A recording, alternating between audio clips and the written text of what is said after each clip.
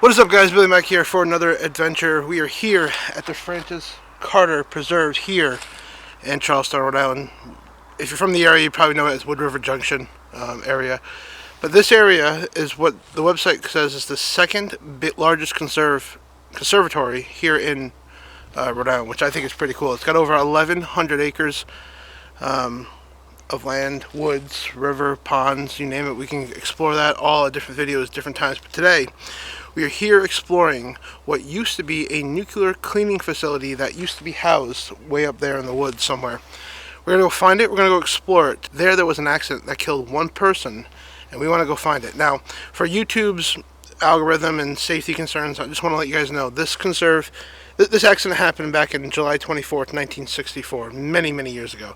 This conservatory redid it, the whole thing, back in 2014, I think it was, something like that. They cleaned all the buildings down. They took out any and all nuclear waste that could be here out. They trucked it all out. So this area is open to the public.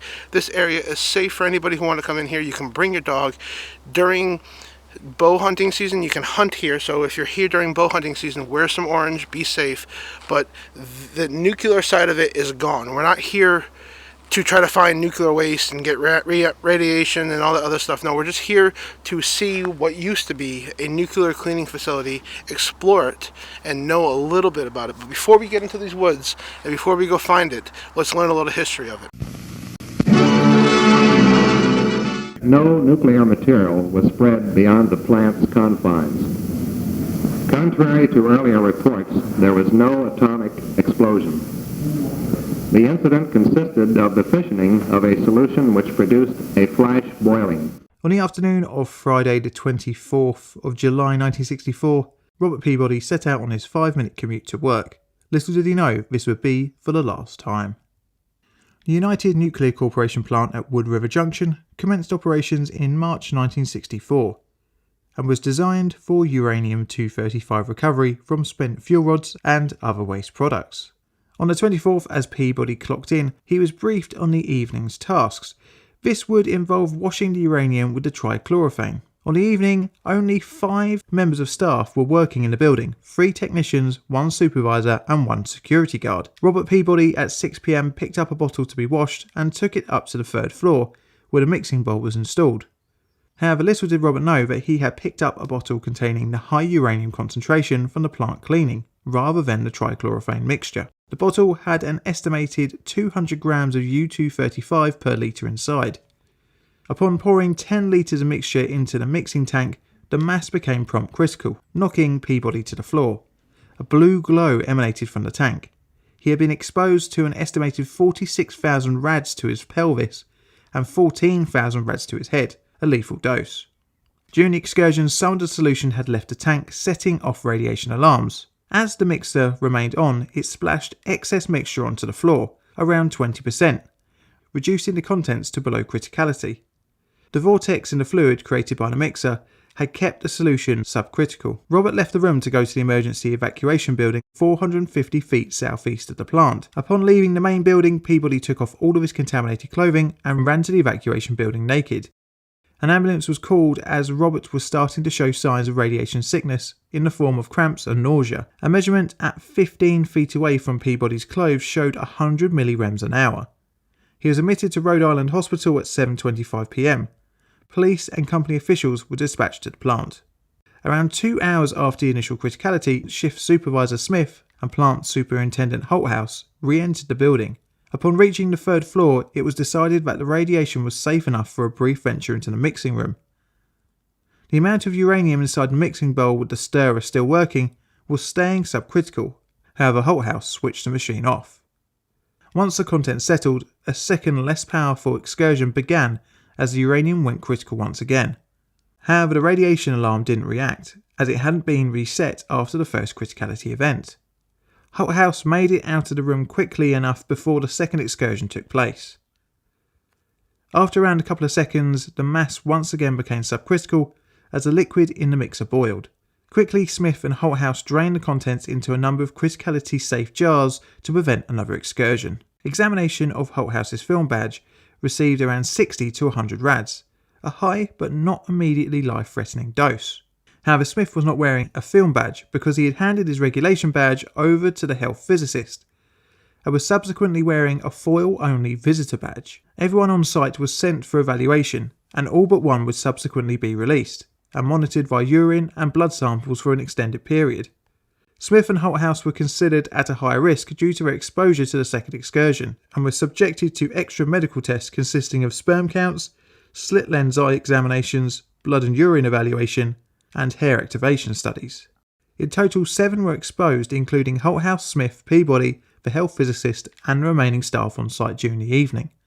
However, Peabody wasn't as lucky.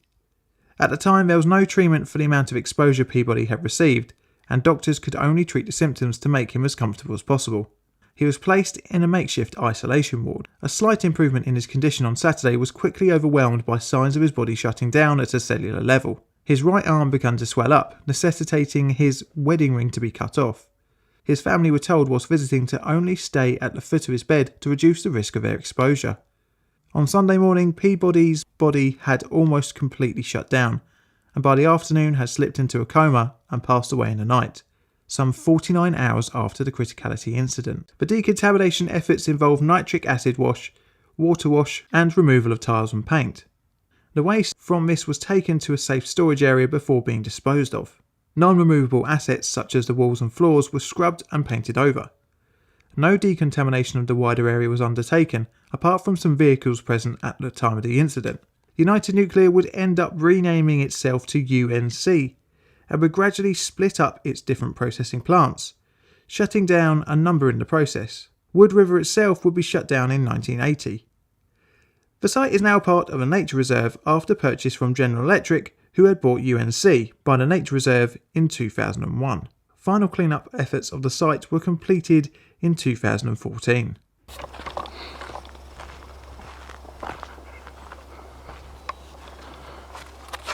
There's the map of the place. It's kind of cool. You got like the river, the Pawcatuck River here. You have a couple of ice ponds, some historical dams. We'll have to go to explore these trails. I want to see what that's like. This big old grasslands were once housed a nuclear cleaning facility, and that's what we're going to go explore and check it out. This is kind of cool. The old access road for the old nuclear cleaning facility.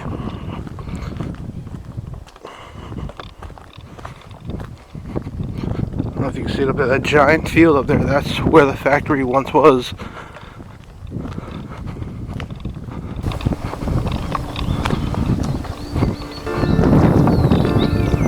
And here we are.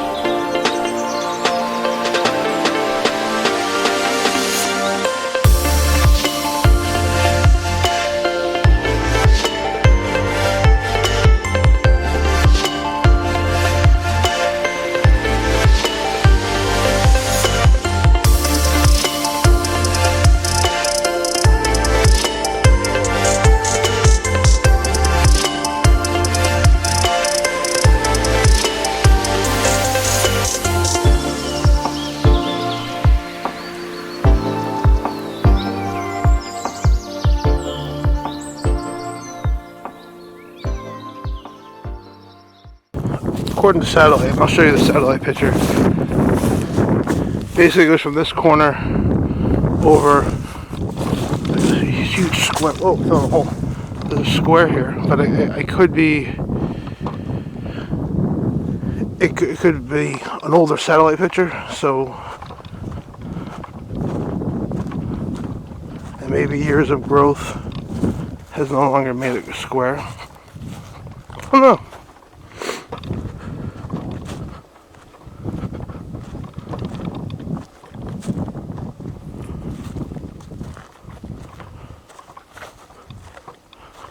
I'm just kind of feeling out the terrain and see if I can figure anything out.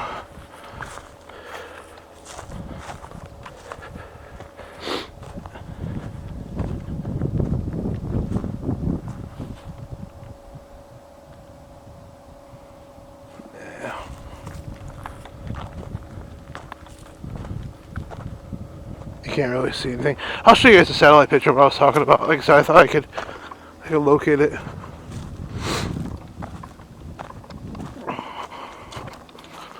Well, this was really, really fun. This is a beautiful walk, beautiful morning, beautiful hike. I invite everybody out here to come, or anybody that watches my channel to come out here. Bring your dog, put him on a leash. If you come out during both season, bring orange. Make sure you're safe. This area's got a lot of neat history.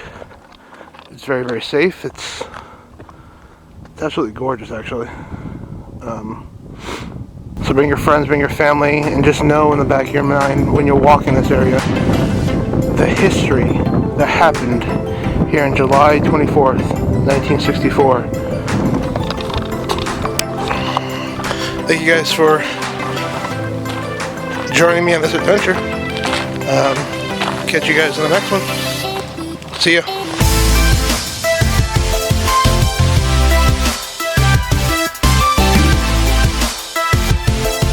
Spring in New England to me is absolutely gorgeous.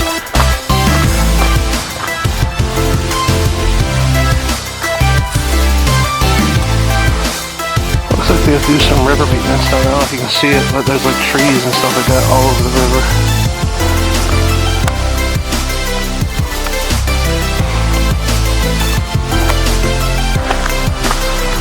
Alright, so enough of my ADD. Let's go find that nuclear cleaning facility area, that location.